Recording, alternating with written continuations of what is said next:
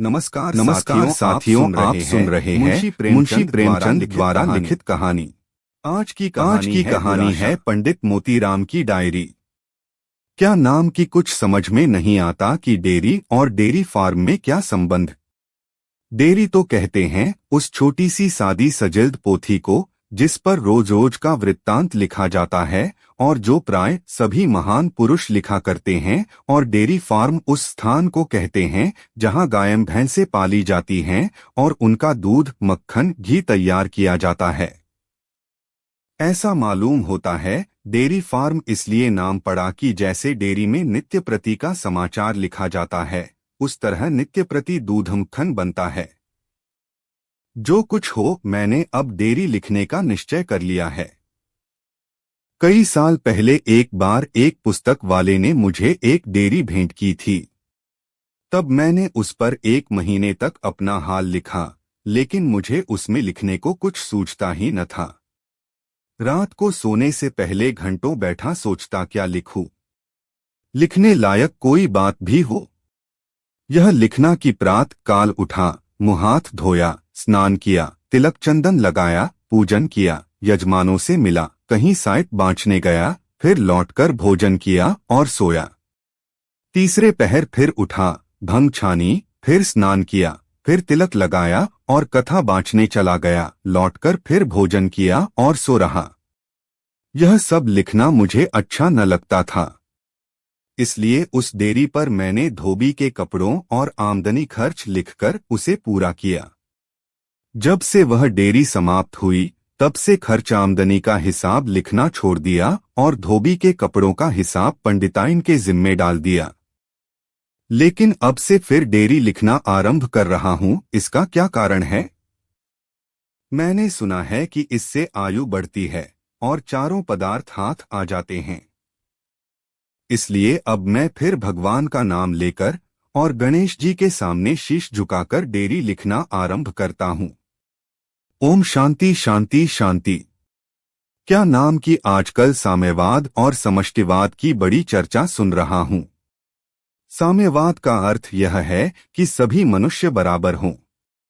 तो मैं अपने साम्यवादी विद्वानों से जो इस विषय के आचार्य हैं, जैसे श्री संपूर्णानंद, आचार्य नरेंद्र देव जी और आचार्य श्री प्रकाश जी से पूछना चाहता हूं कि सब मनुष्य कैसे बराबर हो सकते हैं। आचार्य नरेंद्र देव जी मुझे क्षमा करें या न करें, मगर उनके जैसे 3 आचार्य मेरे पेट में समा सकते हैं। फिर यह कैसा साम्यवाद? इसका मतलब तो यही हो सकता है कि या मैं वामन रूप धारण कर लूंगा, वह विराट रूप धारण कर लें। अच्छा, अब दूसरी बात लीजिए। धन तो आप सबका बराबर कर देना चाहते हैं, लेकिन कृपा करके यह बतलाइए कि आप सबके पेट कैसे बराबर कर देंगे। आचार्य नरेंद्र देव जी 1-2 फुलके और आध घूंट दूध पीकर रह सकते हैं, मगर मुझे तो पूजा करने के बाद मध्याह्न, तीसरे पहर और रात को 4 बार तरमाल चकाचक चाहिए, जिसमें लड्डू, हलवा, मलाई, बादाम, कलाकंद आदि का प्राधान्य हो। अगर आपका साम्यवाद इसकी गारंटी करे कि वह मुझे इच्छापूर्ण भोजन देगा, तो मैं उस पर विचार कर सकता हूं। और अगर आप चाहते हो कि मैं भी 2 फुलके और तोले भर दूध और 2 तोले भाजी खाकर रहूं, तो ऐसे साम्यवाद को मेरा दूर ही से प्रणाम है। मैं धन नहीं मांगता, लेकिन भोजन आंत-फाड़ चाहता हूं। अगर इस तरह की गारंटी दी गई, तो वचन देता हूं कि मैं और मेरे अनेक मित्र साम्यवादी बनने को तैयार हो जाएंगे। लेकिन एक भोजन ही से तो काम नहीं चलता। कपड़ा ही ले लीजिए। आपको एक कुर्ता और एक टोपी चाहिए। कुर्ते में 1 गज से अधिक खद्दर न लगेगा। मैं लंबी अंगरखी पहनता हूं, जिसमें 7 गज से कम कपड़ा नहीं लगता। मैंने दर्जी के सामने बैठकर खुद कटवाया है और इसका विश्वास दिलाता हूं कि इससे कम में मेरी अंगरखी नहीं बन सकती। फिर 12 गज का साफा, 5 गज की चादर ऊपर से। साम्यवाद इसकी गारंटी ले सकता है। धन लेकर मुझे क्या करना है, लेकिन भोजन और वस्त्र तो चाहिए ही। आप कहेंगे काम सबके बराबर करना पड़ेगा। मैं स्वीकार करता हूं, अगर कोई सज्जन घड़ी भर पूजा करें तो मैं 2 घड़ी कर दूंगा, वह घड़ी भर स्नान करें तो मैं 2 घड़ी पानी में रह सकता हूँ, वह 1 घड़ी शास्त्रार्थ करें तो मैं भोजन पूजन आदि को छोड़कर दिन भर शास्त्रार्थ कर सकता हूँ। इसमें मैं किसी से पीछे हटने वाला नहीं। एक बात और, स्थान की मुझे परवाह नहीं, झोपड़ी भी हो तो मैं अपना निबाह कर सकता हूँ। लेकिन रेल यात्रा करते समय अगर मुझे सबके बराबर जगह मिली तो उस पटरी पर बैठने वालों को छोड़कर भागना पड़ेगा, क्योंकि मैं एक पूरी पटरी से कम में समा नहीं सकता। दूसरी बात यह है कि मैं सन्नाटा मारकर नहीं सो सकता। निद्रा में एक विचित्र प्रकार का खर्राटा लेता हूँ। कभी कोई सज्जन मेरे समीप सोते हैं तो उन्हें रात को उठकर भागना पड़ता है। इसलिए अपने हित के लिए नहीं, दूसरों के हित के लिए मैं यह चाहूंगा कि मुझे एक पूरी कोठरी सोने को मिले। अगर साम्यवाद इसमें मीनमेख निकाले तो मैं उसकी ओर आंख उठाकर भी न देखूंगा। इतना लिख चुका था कि पंडिताइन आकर खड़ी हो गईं और पूछने लगीं, आज सबेरे सवेरे यह क्या लिखने बैठ गए? सेठ जी के लड़के की कुंडली क्यों नहीं बना डालते? व्यर्थ शास्त्रार्थ करके अपना मूड क्यों दुखवाते हो?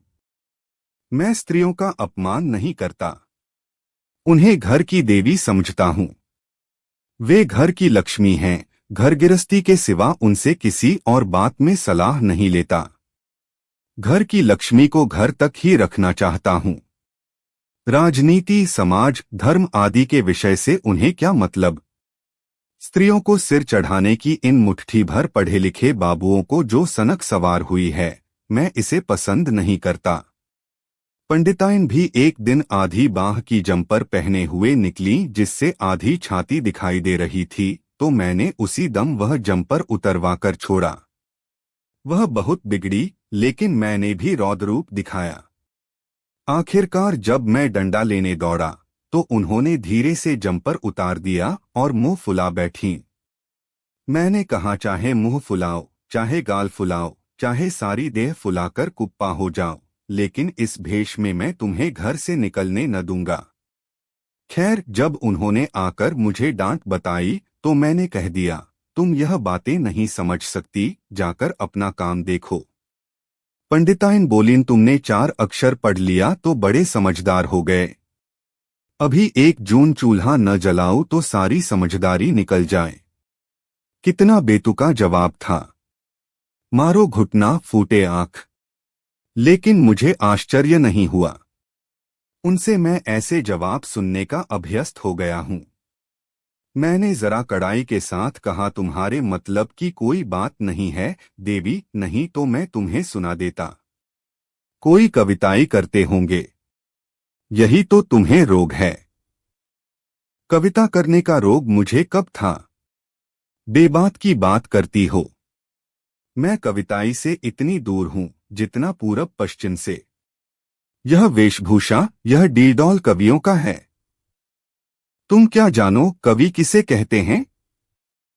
कवि वह है जिसकी सूरत से कविता बरसती हो। बस मैं कविताई नहीं कर रहा हूं, एक सामाजिक प्रश्न पर कुछ शंकाएं उपस्थित करने का सौभाग्य सिंदूर प्राप्त कर रहा हूं। पंडित के पांडित्यपूर्ण कथन से वह कुछ रोब में आ गई, लेकिन मैं थोड़ा सा बुद्धू भी हूं। उसी वक्त मुझे हंसी आ गई। बस पंडिताइन लौट पड़ी और मेरे हाथ से लेख छीनकर बोली, मैं समझ गई, किसी को प्रेमपत्र लिख रहे हो। अब नहीं तो अब बनी।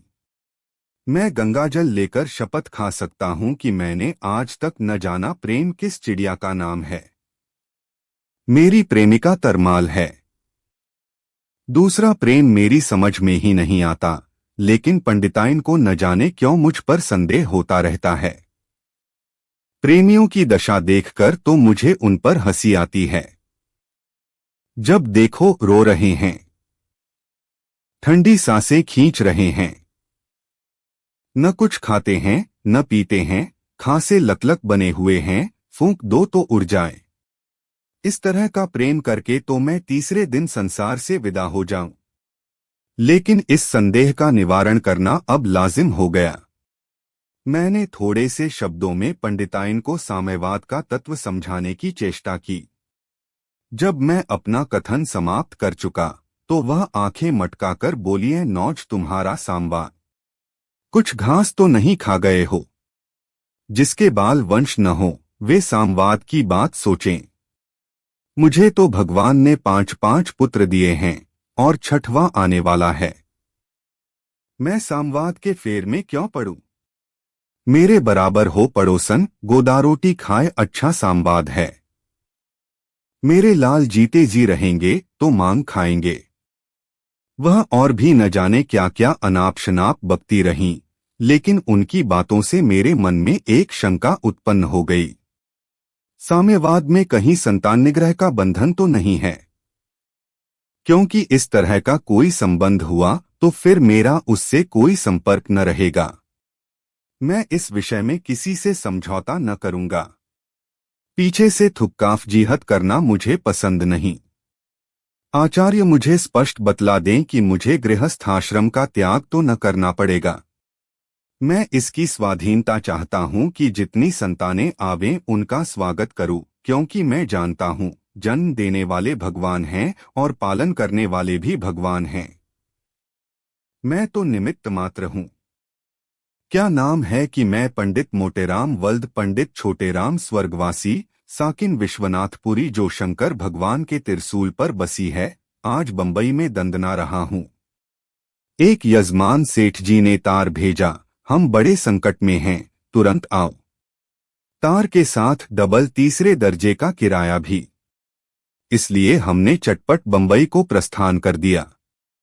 अपने यजमान पर संकट पड़े तो हम कैसे रुक सकते थे?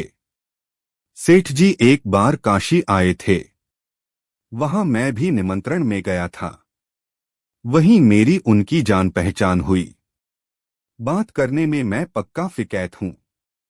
बस यही समझ लो कि कोई मुझे निमंत्रण भर दे, फिर मैं अपनी बातों से ज्ञान घोलता हूँ, वेदों शास्त्रों की ऐसी व्याख्या करता हूँ कि क्या मजाल जो यजमान उल्लू न हो जाए। योगासन, हस्तरेखा, संतान शास्त्र, वशीकरण आदि सभी विद्याएं जिन पर सेठ महाजनों का पक्का विश्वास है, मेरी जिह्वा पर हैं। अगर पूछो कि क्यों पंडित मोटेराम शास्त्री, आपने इन विद्याओं को पढ़ा भी है? तो मैं डंके की चोट पर कहता हूं, मैंने कभी नहीं पढ़ा। इन विद्याओं का क्या रोना, हमने कुछ नहीं पढ़ा, पूरे लंठ हैं, निरक्षर महान, लेकिन फिर भी किसी बड़े से बड़े पुस्तक चाटू, शास्त्र घोंटू पंडित का सामना करा दो, चपेट न दूं तो मोटेराम नहीं। जी हाँ, चपेट दूं, ऐसा चपेटू, ऐसा रगेदू कि पंडित जी को भागने का रास्ता न मिले। पाठक कहेंगे यह असंभव है, भला एक मूर्ख आदमी महान पंडित कैसे रगे देगा? मैं कहता हूं प्रियवर, पुस्तक चाटने से कोई विद्वान नहीं हो जाता। जो विद्वान आज इस युग में श्राद्ध, पिंडदान और वर्णाश्रम में विश्वास रखता हो, जो आज गोबर और गोमूत्र को पवित्र समझता हो, जो देव पूजा को मुक्ति का साधन समझता है, वह विद्वान कैसे हो सकता है? मैं खुद यजमानों में यह सब कृत्य कराता हूँ, निसंदेह जानता हूँ हलवा और कलाकंद किसी आत्मा के पेट में नहीं, मेरे पेट में जाता है। फिर भी यजमानों को मूरता हूँ तो इसलिए कि मेरी यह जीविका है।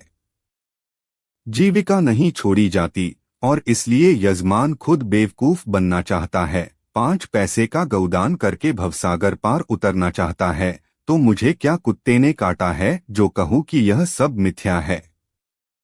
सरासर आती हुई लक्ष्मी को कौन दुत्कारता है? लेकिन पंडितों के बीच में दूसरी बात हो जाती है।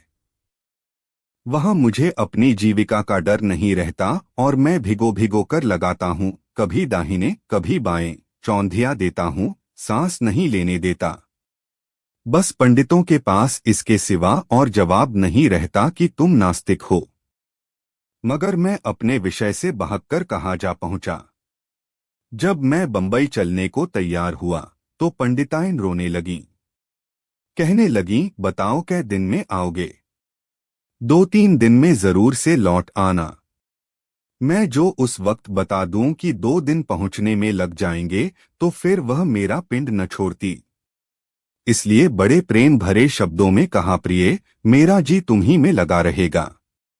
खाऊंगा तो तुम्हारे करकमलों की गुदगुदी रोटियां और पतली दाल याद आएगी। पानी पीऊंगा तो तुम्हारे पपड़ियाए हुए अधरों का ध्यान बना रहेगा। सोते जागते उठते बैठते बस तुम्हारे ही पास मन मंडराता रहेगा। इससे उन्हें कुछ ढाढ़स हुआ। लेकिन क्या नाम की स्त्री का हृदय कुछ अटपटा होता है। एकाएक बोल उठी, मुझे तुम्हारे ऊपर विश्वास नहीं आता। कौन जाने तुम वहां कैसे जाओ, कहीं तुम कुछ गड़बड़ न कर बैठो। मैंने तुरंत समझाया, प्राणप्रिय, मुझे तुम्हारे प्रेम में पगे लगभग 45 साल हुए। क्या तुम समझती हो कि इतने दिनों में जो रंग जमा है वह 2-4 दिन में फीका पड़ जाएगा। कहाँ तुम्हारा ख्याल है। बोली, क्या जाने भाई, तुम मर्दों का हाल कौन जाने। यहाँ तो ऐसी मीठी मीठी बातें करते हो, वहां जाकर क्या जाने क्या कर बैठो। मैं वहां थोड़ी बैठी रहूंगी कि तुम्हारी देखभाल करती रहूं। मैं तो एक शरीयत पर जाने दूंगी कि तुम गंगाजल हाथ से लेकर कहो कि वहां कुछ गड़बड़ सड़बड़ न करूंगा। मैं मन में हंसा और गंगाजल लेकर कसम खाई। तब जाके पंडिताइन का चित्त शांत हुआ। चलने को तो चला, लेकिन हृदय मेरा भी कांपता था। प्रयाग तक तो मेरा मन ठिकाने रहा, लेकिन जब फिर भी बंबई का कहीं पता न चला तो मुझे रोना आ गया। भगवान, यह तो काला पानी है। दिन भर चला बंबई नदारद, रात भर चला बंबई नदारद। समझ गया कि काशी में मरना न बदा था। मजे से गंगा स्नान करता था, विश्वनाथ के दर्शनों का पुण्य लूटता था और धेली 12 आने कहीं नखी से पीठ ही लाता था और यहाँ गाड़ी में बैठे न जाने किस लोक को चले जा रहे हैं। इतनी दूर तो चंद्रमा भी न होंगे। मुझे भ्रम हो गया कि यात्री और रेल कर्मचारी सब मुझे धोखा दे रहे हैं। बंबई जरूर पीछे छूट गई। बारे कोई 10 बजे बंबई का नाम सुना। जान आई। देखा तो यजमान सेठ जी मेरा स्वागत करने के लिए खड़े थे। उन्होंने पालागन किया, मगर असीस कौन देता है, यहां तो चोला भस्म हो रहा था। मैंने ब्रह्मा तेज से गरजकर कहा, तुमने मुझे लिखा क्यों नहीं कि बंबई लंका के पास है। अभी तक जल नहीं ग्रहण किया। प्राण छटपटा के निकलने जा रहा था, बारे मैंने योग बल से रोक लिया। मैं झूठ बोल रहा था। मैं रास्ते भर फलाहारी खाता रहा और रेल से उतरकर पानी पीता चला आ रहा था, लेकिन ऐसे यजमानों के सामने अपने नेम का डंका बजा देना फलदायक होता है। सेठ जी ने दौड़कर मेरी अधारी कंधे पर रखी और लगे घिघियाने, महाराज क्षमा किया जाए, मैं क्या जानता था कि महाराज को बंबई। मैंने फिर डांटा, महाराज को बंबई से क्या संबंध। अपने लोग तीर्थ स्थानों में रहते हैं कि राक्षसों के देश में।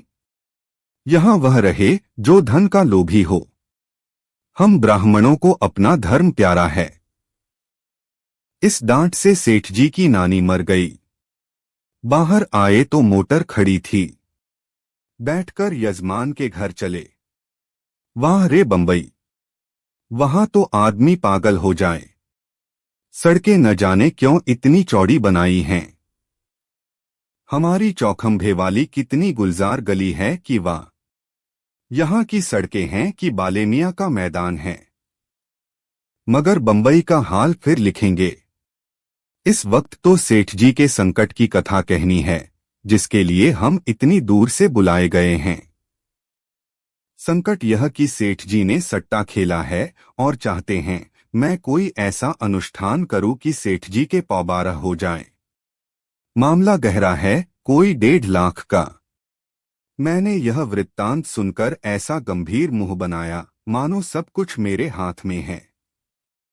फिर बोला, सेठ जी आप जो हैं सो मेरे यजमान हैं और मुझे जो कुछ विद्या आती है उसमें कुछ उठा न रखूंगा। और यह आप जानते हैं कि मुझे किसी बात से ममता नहीं रही। ब्राह्मण को धन से क्या प्रयोजन। धन चाहता तो अब तक लाखों बटोर लेता। कितने यजमान मेरे अनुष्ठानों से करोड़पति हो गए, लखपतियों की तो गिनती ही नहीं। मैं वही ब्राह्मण का ब्राह्मण बना हूं। तो बात क्या है? हम ममता को पास नहीं आने देते। 750 कोस से ही ललकारते हैं, खबरदार जो इधर मुंह किया। हाँ, बात इतनी है कि अनुष्ठानों में पैसे खर्च होते हैं। अगर यही अनुष्ठान विधिपूर्वक करूं तो 150-200 से कम न खर्च होंगे, यह समझ लीजिए। लेकिन मैं इस 65 साल की अवस्था में भी पोंगा ही रहा। मैंने 150-200 अपनी समझ में बहुत कहे थे। इससे ऊंचे जाने की मुझे हिम्मत ही न पड़ी। कभी इतना बड़ा शिकार तो फंसा नहीं था, उसके दावघात क्या समझता। सेठ जी का मुंह लटक गया। उन्होंने 10-12 हजार का अनुमान किया था।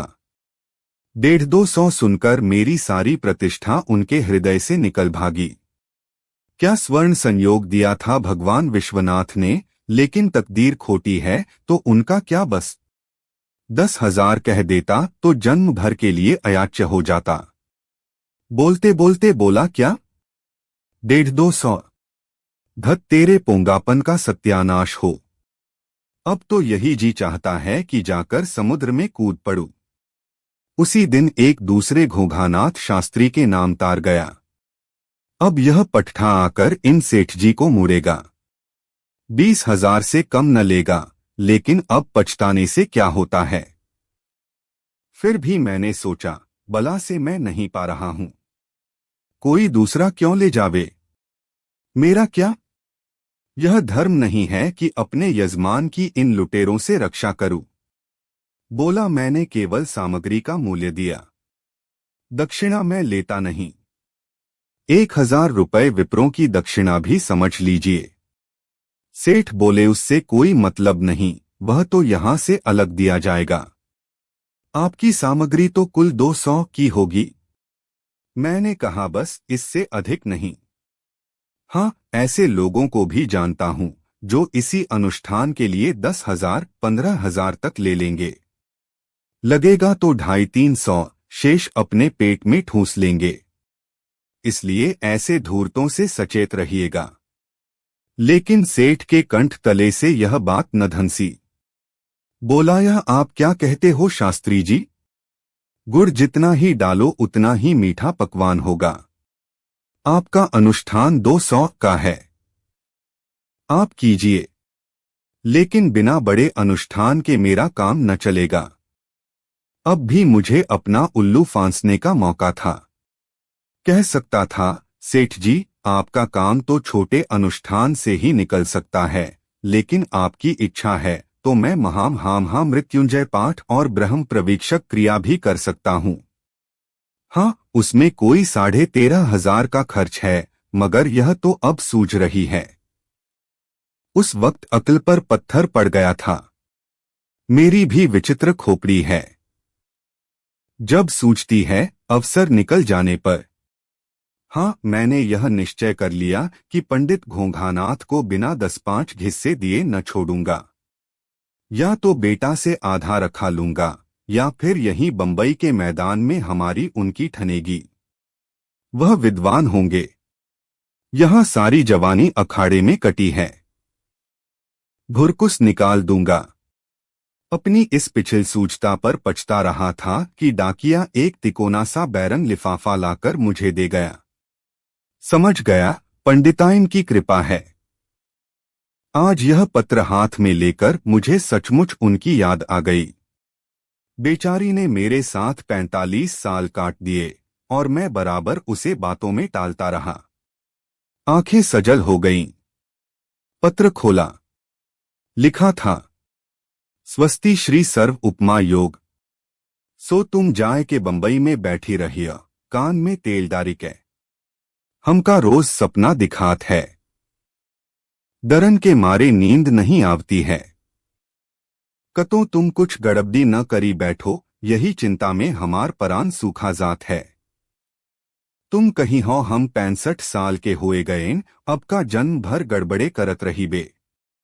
मुला सुनित है, बैदन सब ऐसतिस बिरवा निकारेन हैं कि ओही का खाए के मनई बौराए जात है। एक बैद झांसी माँ है, एक और कतो है। तुम्हार हाथ जोरत है, तुम कौनो औखद न खायो। तुम गंगाजल उठाए के जौन परन की ह्य ओहिका निबाह करे का परी। हम तुमका साड़ न बने देव। लीजिए साहब, अब मैं साड़ हो गया। कमर सीधी होती नहीं, 1.5 सेर मलाई भी नहीं पचाए पटती, और वहां पंडिताइन मुझे साड़ बना रही हैं। सो यहां भी अपनी ही भूल है। मैं पंडिताइन के सामने अपनी जवामर्दी और पुरुषार्थ की डींग मारा करता हूं। वह गऊ क्या जाने, यह लबाड़िया है। मैं जो कुछ कहता हूं उसे ब्रह्मवाक्य समझ बैठती हैं और उसका यह फल है। इस यात्रा से संभवत मेरी दृष्टि कुछ सूक्ष्म हो रही है। क्या नाम की जब मैंने देखा कि अब तो मुझसे भूल हो ही गई और बहुत खींचतान करने पर भी 2 से बेशी न मिलेंगे, तो मैंने सोचा लाओ और कुछ न सही तो इसके 150 रुपए भोजनों में ही बिगाड़ दो। यह भी क्या समझेगा कि किसी से पाला पड़ा था। बस मैंने शंकर भगवान का सुमिरन किया और विनती की है उमापति, अब तुम ही मेरी रक्षा करो। मैं तो अब प्राणों से हाथ धोकर भोजन पर जुटता हूँ। नाश्ता आया तो मैंने कह दिया मुझे आपके महाराज के हाथ की बनी चीजों में कोई स्वाद नहीं आता, मुझे तो आप सामग्री दे दीजिए, मैं अपना भोजन आप पका लूंगा। भंडारी ने कहा जैसी आपकी इच्छा, जो आज्ञा हो वह हाजिर करूं। मैंने नाश्ते का नुस्खा बताया। 1 सेर ताजा मक्खन, आध सेर बादाम, आध सेर पिस्ते, आध तोले केसर, सेर भर सूजी और सेर भर शक्कर। भंडारी मेरा मुंह ताकने लगा। मैंने कहा मुंह क्या ताकते हो, क्या बांधकर ले जाने को मांगता हूँ। जाकर चटपट लाओ। बस मैंने घोटी भंग और चढ़ाया गोला और विश्वनाथ का नाम लेकर हलवा बनाने बैठ गया। शंकर की दया से ऐसा स्वादिष्ट पदार्थ बना कि क्या कहूँ। पलथी मार के जो बैठा तो आध घंटे में साफ। मक्खी के लिए भी न बचा। भंडारी के होश उड़ गए। दोपहर को फिर मैंने पूरियां पकाई, आधोआध मोयन देकर। रात को कुछ खाने की इच्छा न होने पर भी मैंने 1.25 सेर मलाई चढ़ा ली। लेकिन अब वह जवानी तो है नहीं कि ईंट पत्थर जो पेट में पहुंच जाए वह सब भस्म। तीसरे ही दिन मुझे उदर विकार के लक्षण दिखे। मैंने सोचा यहाँ किसी से कहता हूँ तो सब यही कहेंगे कि ब्राह्मण की जात खाने के पीछे प्राण दे रहा है। इसलिए मोहल्ले ही में एक डॉक्टर के पास कोई पाचकबटी लेने चला गया। बड़ा भारी मकान, मोटर, फोन। मैंने अपना परिचय दिया तो डॉक्टर ने मुझे गौर से देखा और बोले काशी से आता है। मैंने कहा हाँ साहब, विश्वनाथ जी आपको प्रसन्न रखें। यहाँ कुछ भोजन प्रकृति के अनुकूल न मिलने के कारण पाचन दूषित हो गया है, कोई औषधि प्रदान कीजिए।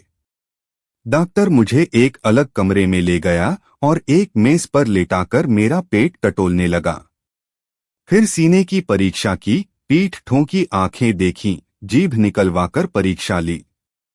इस तरह कोई आध घंटे तक मेरी दलेल करने के बाद बोला वे पंडित जी, आपको कुछ T0B0 के आसार मालूम देता है, आपको उसका दवाई करने होगा। हम T0B0 का स्पेशलिस्ट है, आपको अच्छा कर सकता है, पर आपको अभी एक दूसरा डॉक्टर के पास अपने खून का मुलाहजा कराना होगा। बिना खून देखे हम कुछ नहीं कर सकता। हम आपको चिट्ठी देता है, आप डॉक्टर सूबेदार के पास जाएं, वह चौपाटी में रहता है। हम चिट्ठी देता है, आपके ब्लड का मुलाहजा करके हमको लिखेगा। मेरे होश फाख्ता हो गए। पंडिताइन की याद आई। भगवान, क्या बंबई में मेरी मिट्टी की दुर्दशा करोगे? आया था कि कुछ कमाकर जाऊंगा, सो यहां जान पर बीता चाहती है। अभी काशी से चला हूं तो कोई बात न थी। खासा साठा पाठा बना हुआ था कि बंबई का पानी है और कुछ नहीं। दुबे विजयानंद ने कहा था, बंबई का पानी खराब है, जरा संभल कर रहना। लेकिन यह क्या जानता था कि 10-5 दिन में ही सिल धरे लेता है। लेकिन अब पछताए क्या होता है। चलो लहू भी दिखा लो, और फिर डर किस बात का है। मर ही तो जाएंगे। यहां अमर कौन है। जरा कच्ची गिरस्ती है, यही चिंता है। अगर जानता कि अंत इतना निकट है तो पिछले 2 लड़के क्यों होते और तीसरा गर्भ में क्यों रहता। लेकिन हरि की इच्छा। तुलसीदास जी ने कहा भी तो है, सुत बनितादि जानी स्वार्थरत न करुने सभीते। अंतहु तो ही तजेंगे पामर, तू न तजे अभीते। मैं यहां से चला तो दिल बहुत छोटा हो गया था, लेकिन डॉक्टर साहब ने तुरंत टोका, हमारा फीस 32 रुपया हुआ। सेठ जी के पास बिल भेज देगा न। अगर अभी तक यमराज न आए थे तो अब आ गए 32 रुपया फीस, जो उम्र में कभी नहीं दी। वैद डॉक्टर को अमीर लोग पैसा देते हैं। हम शंकर के उपासक तो केवल आशीर्वाद से काम निकालते हैं। काशी में जब कभी काम पड़ता था, डॉक्टर चौधरी, डॉक्टर बनर्जी, डॉ. सेठ आदि जिसके पास चला गया दवाई ले आया, ऊपर से ₹8 आने बिदाई झटक आया। और यहाँ जरासी परीक्षा की तो 32 रुपया फीस। आंखों तले अंधेरा छा गया, लेकिन फिर सोचा अब तो मर ही रहे हो, रुपए पैसे के माया मोह में क्या पड़े हो। 32 रुपया खर्च हुए तो हुए, मालूम तो हो गया कि तपेदिक हो गया है। नहीं यूं ही एक दिन चल देते, किसी को पता न चलता। दवा दारू करने की नौबत ही न आती। भला दवा करने का अवसर मिल गया। और आदमी कमाता ही किस लिए है। लेकिन यह पूछ लेना आवश्यक मालूम हुआ कि डॉ. सूबेदार को तो कुछ न देना पड़ेगा। अतएव मैंने इस विषय का प्रश्न किया। डॉ. साहब जोर से हंसे। बोले तुम काशी का विद्वान लोग बड़ा मजाक करता है। काशी के एक पंडित को दक्षिणा देने से सब पंडित तो नहीं प्रसन्न हो जाएगा। बोले, हमने कलेजा थामकर पूछा तो उनकी क्या फीस होगी। उसका फीस केवल 10 रुपया है। मैंने मन से कहा चलो मन, यह 10 रुपया भी गम खाओ।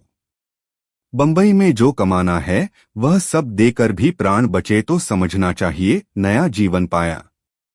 नहीं यहीं बैठे बैठे टेन हो जाएंगे, कोई रोने वाला भी न मिलेगा। उस वक्त ऐसा वैराग्य सवार हुआ कि सब छोड़ छाड़ कर निकल भागू। कबीर का वह पद याद आया जिसे पढ़कर मैं कभी कभी हंसा करता था। धूर्तताई में जीवन कट गया, अब इस काया की क्या दुर्दशा होगी भगवान। दीवाने मन भजन दुख पै हो, पहिला जन्म भूत का पै हो, 7 जन्म पछतै हो। कीरा पर के पानी पै हो, प्यासन ही मरी जय हो। दूजा जन्म सुवा का पै हो, बाग बसेरा लय हो। टूटे पंख बाज मंडराने अधफड़ प्राण गवै हो।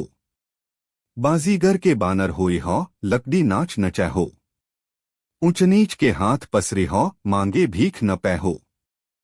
तेलिन के घर बैला हुई हो, आखिन ढाप ढैपै हो। कोस 50 घर ऐमा चली हो, बाहर होन न पै हो। 5वां जन्म ऊंट का पै हो, बिन तोले बोलदै हो। बैठे तो उठन न पै हो, घुरच घुरच मरी जय हो। धोबी घाट के गधा हुई हो, कटी घास न पै हो। लादी लादी आपू चढ़ बैठे लैके घाट पहुंचे हो। आखिर यही कहना पड़ा कि हाँ सेठ जी के पास बिल भेज देना। फिर वहां का पता पूछता हुआ डॉक्टर सूबेदार के पास पहुंचा। कोई 10 बज गए थे, पेट में मीठा मीठा दर्द होने लगा था, लेकिन सोचा इस झमेले से निबट लो, फिर विश्वनाथ जी की जैसी इच्छा होगी वह तो होगा ही। डॉ. सूबेदार युवक से लगते, कोट पैंट से लैस। मैंने पत्र जो दिया आपने ले जाकर भीतर के कमरे में लेटा दिया और ऐसे जोर से मेरी बाह में सुई चुभो दिया कि मैं ऐंठ कर रह गया। बाह में से रक्त निकल पड़ा। उसने एक शीशे से नलकी में ले लिया और मेरी बाह में कुछ पोतकर एक तीसरी कोठरी में जाकर न जाने क्या करता रहा। फिर आकर बोला, वेल पंडित जी, आपके ब्लड में T0B0 का जर्म दिखाई देता है। आपको किसी पहाड़ पर जाना होगा और वहां आराम से रहना होगा। आपको पढ़ा लिखना बंद करना होगा, लेकिन अभी हम कुछ ठीक ठीक नहीं कह सकता। आप 2 घोड़े पुरकर के पास जाएं, वह आपका यूरिन देखेगा। उसका रिपोर्ट लेकर तब हम अपना रिपोर्ट देगा। तब आप डॉक्टर लंपट के पास जाएगा। फिर वह कुछ कहेगा, वह आपको करना होगा। मेरे बदन में आग लग गई। जी मैं तो आया, मारू गोली इन डॉक्टरों को और चलकर 2 पैसे की हरड़ मंगवाकर उसकी फंकी फांक लूं। मरना ही बदा है तो सारी दुनिया के डॉक्टर भी तो नहीं जिला सकते, लेकिन जान का लोभ बड़ा बलवान होता है। उनकी चिट्ठी लेकर पता पूछता हुआ चला डॉक्टर घोड़ेपुरकर के पास। इसने मुझसे एक चोंगे में लघुशंका करवाई और बड़ी देर तक न जाने क्या करता रहा। फिर मुझे रिपोर्ट लिखकर दी और कहा 2 सूबेदार के पास जाइए। सूबेदार के पास फिर पहुंचा तो 3 बज गए थे। आपने अपनी रिपोर्ट दी तो आया 2 लंपट के पास। डॉक्टर लंपट ने दोनों रिपोर्टों को बड़े ध्यान से देखा और बोले, मेरा अनुमान ठीक था पंडित जी, आपको T0B0 हो गया है। मैंने सजल नेत्र होकर पूछा, तो मैं मर जाऊंगा? नहीं नहीं, हम आपको मरने नहीं देगा। आपको पहाड़ पर रहना होगा। अच्छा भोजन करने से आप बच सकता है। आपको अंडों का सेवन करना होगा। मैंने कानों पर हाथ रखकर कहा, क्या कहा? अंडों का? मैं अंडे हाथ से नहीं छू सकता, खाने की कौन कहे। ओह, यह सब आर्थोडॉक्सी यहां नहीं चलेगा। तुमको अंडे खाना होगा। अंडे मैं किसी तरह नहीं खा सकता। तुम मर जाएगा। कोई चिंता नहीं, हम दवाई देता है, इसे तो पी सकता है ना। अब न कोई दवा खाऊंगा, न किसी डॉक्टर के पास जाऊंगा। यह कहकर मैं सेठ जी की कोठी पर लौट आया। दिन भर जो कुछ भोजन न किया था तो भूख चमचमा उठी थी। बूटी छानी, शौच गया और फिर खूब डटकर भोजन किया। सहसा सेठ जी घबराए हुए आए और बोले, पंडित जी, क्या आपका मुलाहजा किया था लंपट साहब ने? आपको तो T0B0 बताते हैं। मैंने कहा, वह आपके घर आने का पुरस्कार है, और क्या? आप आज ही काशी चले जाइए। मैं बिना अनुष्ठान पूरा किए नहीं जा सकता। नहीं नहीं, कोई दरकार नहीं, आप इसी 9 बजे की गाड़ी से चले जाएं। मैंने उसकी घबराहट देखी तो समझ गया, वह ब्रह्म हत्या से डर रहा है। बस फिर क्या था, मेरी लह गई।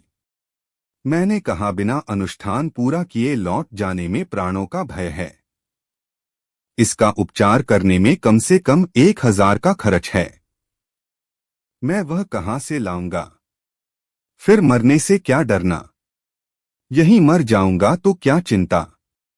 सेठ जी कांपते हुए बोले, नहीं पंडित जी, आपका जो कुछ खर्च पड़े वह लीजिए और आज ही चल दीजिए। बस मुनीम जी बुलाए गए और फिर 100 के 10 नोट मेरे चरणों पर रख दिए। मैंने विश्वनाथ जी को धन्यवाद दिया, नोट गांठ में किए और T0B0 को ऐसा भूला कि वह भी मुझे भूल गया। क्या नाम कि मैं जहां जाता हूं वहीं कुछन कुछ लोग मेरे पीछे पड़ जाते हैं और आकर मुझे दिक करते हैं। बंबई में भी भले आदमियों से गला न छूटा। यह तो होता नहीं कि आकर एक मोहर मेरे चरणों पर रखें और तब अपनी कथा सुनाएं। बस आकर लगते हैं अपनी कथा सुनाने और चाहते हैं कि मैं सेंटिमेंट में उन्हें अनुष्ठान बता दूं। तो यहां ऐसे उल्लू नहीं हैं। सुनने को सुन लेते हैं, लेकिन अनुष्ठान बताने के लिए 50 बार दौड़ते हैं, ऐसा पदाते हैं कि वह भाग खड़ा होता है। जब कोई डॉक्टर सेंटमेंट में किसी रोगी को नहीं देखता, कोई वकील सेंट में कोई मिसिल नहीं छूता, तो मैं क्यों सेंट में अपनी विद्या लुटाता फिरूं? वह विद्या क्या है यह मैं जानता हूं, उसी तरह जैसे वकील और डॉक्टर अपनी विद्या को जानते हैं। लेकिन भाई, एक दूसरे का पर्दा क्यों खोलो? संसार उसका है जो उसे बेवकूफ बनाए। जिसे यह कला नहीं आती वह कौड़ी का तीन है। कल भंगबूटी से निपटकर मलाई पर हाथ साफ कर रहा था कि एक सज्जन आकर बैठ गए। Coat pant collar boot hat खासे साहब बहादुर थे। चेहरा लटका हुआ मानो पत्नी मर गई हो। बोले, आपका नाम पंडित मोटेराम शास्त्री है? मैंने कहा, हाँ मेरा ही नाम है। कहिए आपकी क्या सेवा करूं? साहब बहादुर ने जेब से रुमाल निकाला और सिर का पसीना पोंछते हुए कहा, मैं बड़े संकट में पड़ गया हूं महाशय। कुछ अक्ल काम नहीं करती। अब आप ही बेड़ा पार लगाइए तो लगे। मेरे हृदय में गुदगुदी हुई। यह तो कोई शिकार मालूम होता है। बोला, भगवान की दया से सारी बाधाएं दूर हो जाएंगी, कुछ चिंता मत कीजिए। क्या कहूं महोदय, कहते संकोच हो रहा है। संकोच की कोई बात नहीं, संतान तो मेरी मुट्ठी में है। कहिए तो बालकों से आपका घर भर दूं। बस एक अनुष्ठान। जी नहीं, बालकों से तो मुझे प्रेम नहीं। मैं संतान विरोधी हूं। अच्छा तो क्या धन की इच्छा है? धन की इच्छा किसे न होगी, लेकिन इस वक्त मैं इस हेतु से आपकी सेवा में नहीं आया था। तो कहो न। पौष्टिक अनुष्ठानों की भी मेरे पास कमी नहीं। चूर्ण अवलेह गोली भस्म आसव क्वाथ किसी चीज के सेवन करने की आवश्यकता नहीं। बस 5 बार उस मंत्र की जप करके सो जाइए, फिर उसकी करामात देखिए। मैं इस समय एक दूसरे ही काम से सेवा में आया था। मुझे कुछ निराशा होने लगी। हत्थे पर चढ़े वाला नहीं जान पड़ता। फिर भी मैंने दिलासा दिया, जो इच्छा हो वह निस्संकोच कहो। उसने पूछा, आप उसमें अपना अपमान तो न समझेंगे? अब मेरे कान खड़े हुए, उत्सुकता और बढ़ी। अपमान की बात होगी तो अवश्य अपमान समझूंगा। बात यह है कि कल संध्या समय मेरे माता पिता देश से आ गए हैं। बहुत अच्छी बात है, तुम्हें उनका आदर सत्कार करना चाहिए। लेकिन करूं कैसे यह समझ में नहीं आता। कल से उन्होंने भोजन नहीं किया। भोजन नहीं किया, यह तो बड़ा अनर्थ है। कुछ उदर विकार हो गया है। मैं आयुर्वेद भी जानता हूं। नहीं नहीं शास्त्री जी, वह तो आपसे भी भारी डीडौल के हैं। भारी डीडौल के लोग क्या बीमार नहीं पड़ते? पड़ते होंगे, पर फादर कभी बीमार नहीं पड़ते और मदर के सिर में तो कभी दर्द भी नहीं हुआ। तो वह और आप दोनों भाग्यवान हैं। समस्या यह है कि वे दोनों ही बड़े नेम से रहते हैं। बड़े हर्ष की बात है। आप वास्तव में भाग्यशाली हैं।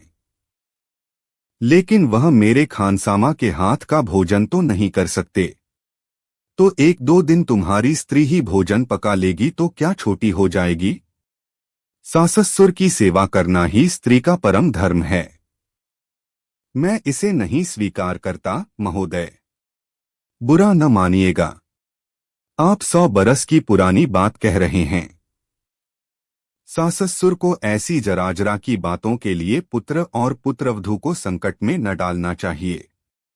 समय बहुत आगे बढ़ गया है। अब ऐसे माता पिता के लिए स्थान नहीं रहा। यह आप बहुत ठीक कह रहे हैं, लेकिन जब माता पिता 2 ही 4 दिन के लिए आए हैं तो स्त्री को थोड़ा सा कष्ट भी तो सह लेना चाहिए। इस पर सज्जन ने कुछ भौंवे सिकोड़कर कहा, लेकिन भोजन पकाने का उन्हें अभ्यास नहीं है श्रीमान। जब कभी खानसामा बैठ रहता है तो हम लोग होटल में खा लेते हैं। एक बार घर में रुपए न थे और होटल में नगद दाम देना पड़ता है, इसलिए स्त्री ने सोचा कुछ पका लें, तो साहब आटा ऐसा हो गया जैसे गाढ़ा दूध और चावल जलकर कोयला हो गया। उस पर 3 दिन श्रीमती जी के सिर में दर्द होता रहा। हार कर हमें फाका करना पड़ा। तो साहब फिर वह विपत्ति नहीं मोल लेना चाहता। न जाने क्यों होटल में खाना खाते इन लोगों की नानी मरती है। मैं इसे उनकी कोरी जिद समझता हूं। माँ बाप हैं, क्या कहूँ। क्या आप इतनी कृपा न करेंगे कि 1-2 दिन जब तक वह लोग यहाँ रहें, उनका भोजन पका दें। आपको कष्ट तो होगा, लेकिन आप ब्राह्मण हैं और ब्राह्मण को परोपकार के लिए अपने कष्ट की परवाह नहीं होती। मेरा खून खौल उठा। जी मैं आया, उठा के पटक दूं, लेकिन मैंने सब्र किया। क्या कदर की है आपने ब्राह्मण की। और मजा यह है कि इस मूर्ख को मुझसे ऐसी बात कहते संकोच भी न हुआ। मुझे चुप देखकर उसने कहा, क्या बुरा मान गए। मैंने कहा, नहीं बुरा क्या मानूंगा, लेकिन आपने इस काम के लिए किसी पानीपाड़े को पकड़ा होता, मुझे आप शायद नहीं जानते। उसने कहा, मैं आपको खूब जानता हूँ, आप काशी के शास्त्री हैं। जब मैं हॉस्टल में था तो एक काशी के शास्त्री मेरे सहपाठी थे। वह बराबर अपना भोजन आप पकाया करते थे, और जब कभी हमारे मेस का रसोइयादार बीमार पड़ जाता या भाग जाता तो वह मेरा भोजन पका देते थे और आग्रह करके खिलाते थे। इसीलिए मैंने आपसे यह प्रार्थना की। मेरे पास इसका क्या जवाब था। पुरखों ने जो कुछ किया है उसका तावान तो देना ही पड़ेगा। मैंने कहा, आपकी इच्छा है तो मैं चलकर भोजन बना दूंगा, लेकिन एक शर्त है, अगर आप उसे स्वीकार करें। कहिए कहिए, आप जो कुछ कहेंगे वह मुझे स्वीकार है। आपने आज मेरी लाज रख ली। मैं रसोई में बैठकर बताता जाऊंगा, काम श्रीमती जी को करना पड़ेगा। लेकिन उनके सिर में दर्द हुआ तब। उसकी मेरे पास दवा है। सिर में चक्कर आ जाए, आंखों के सामने अंधेरा छा जाए, मैं बात की बात में अच्छा कर सकता हूं। और जो उन्हें गर्मी लगे, आप खड़े पंखा झलते रहिएगा। और उन्होंने क्रोध में आकर आपको कुछ कह दिया तो मुझे भी क्रोध आ जाएगा, और क्रोध में मैं लाट साहब को भी कुछ नहीं समझता। हाँ, इतना कह सकता हूं कि इसके बाद उन्हें फिर क्रोध न आएगा। और जो उन्होंने बहस शुरू कर दी, उनकी दलीलों का आप जवाब दे सकते हैं। वाह! और मैंने उम्र भर किया क्या है। पहले तो दलील का जवाब दलील से देता हूं, जब इससे काम नहीं चलता तो हाथ पांव से भी काम लेता हूं। कितने ही शास्त्रार्थों में सम्मिलित हुआ हूं और कभी परास्त होकर नहीं आया। बड़े बड़े महामहोपाध्यायों को गुड़हल्दी पिलाकर छोड़ दिया।